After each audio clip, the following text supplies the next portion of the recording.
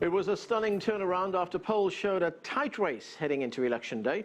But with nearly all the votes counted, Prime Minister Benjamin Netanyahu's Likud party appears to have won as many as 30 seats in Israel's parliament and is in a strong position to form a coalition government with its nationalist and religious allies.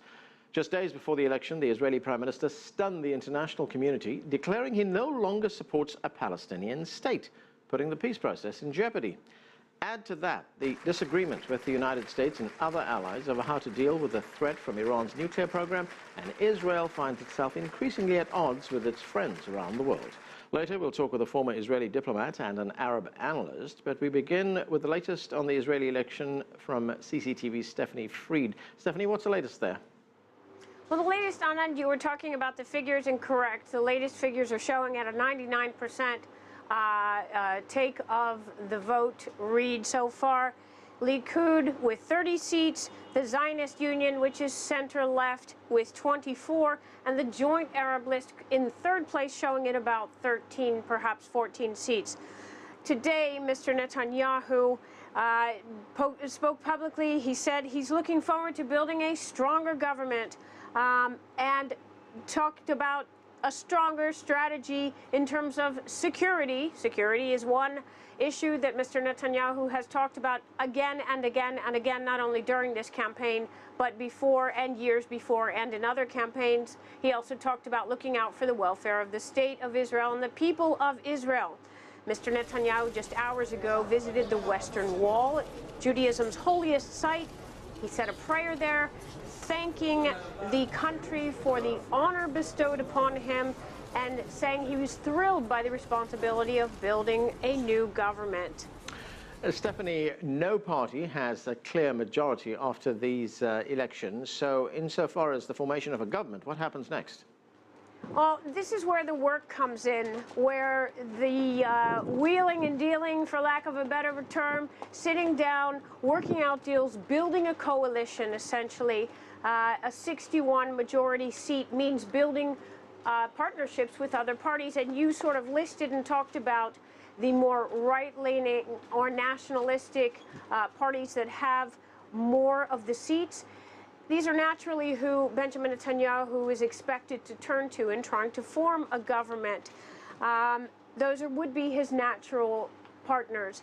However, that doesn't rule out the fact that there could be a unity government with the Zionist Union Party. That's what the president is advising. It's what he advised as the exit polls were announced last night. That would comprise more of a right wing combined with center-left. However, it's not likely, according to the opinions here, the strategists, analysts here, basically for both positions, because that would involve a turnaround of prime ministership 2 years for Mr. Netanyahu, 2 years for Isaac Herzog. Mr. Netanyahu probably will not agree to that. So right now we're talking about negotiations for parties to join the coalition. That is negotiations over portfolios, over ministerships. Really, it's again going back to bargaining, and this should take, according to Mr. Netanyahu, several weeks, and he believes he'll have a government formed in that time. Stephanie, getting back to that point you made on the possibility of a national unity government, the Western media especially has been portraying Netanyahu as a polarizing figure, and given those results, are those divisions about to deepen? Very possibly, Anand. Mr. Netanyahu has been described, the Western media, also the media nationally in Israel, as having led a divisive campaign for many, many different reasons. On the eve of the elections, he declared that there would not be a Palestinian state under his watch as prime minister if he were to be elected to another term. Also, during the campaign, his party put up an advertisement to really, what some say, was to frighten voters, saying that if they went with the left wing, essentially it could lead to an ISIL state in Israel. They immediately withdrew that advertisement, but it had done the damage. It had been seen widely enough and had the shock effect that was intended. Added to that, also another campaign that was quickly withdrawn in the advertising during elections was likening civil workers in Israel to Hamas, to the extremist organization. And on election day itself, Mr. Netanyahu was very busy with his Twitter account, his Facebook account, and at one point he tweeted that Israelis should get to the polls, they should vote for him and do it quickly because Arab residents of Israel were turning out in droves at the polls, and that has been termed as incitement.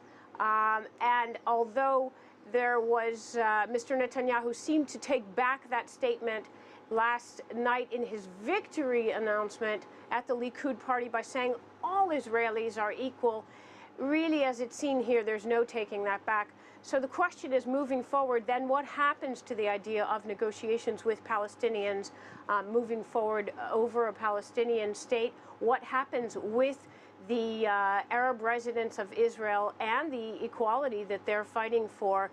So yes, indeed, this was considered not only, again, in the Western world as a somewhat divisive, insightful campaign, also Mr. Netanyahu has been called on that here in the media as well. Anand? Thanks, Stephanie. That's CCTV's Stephanie Freid talking to us from Tel Aviv.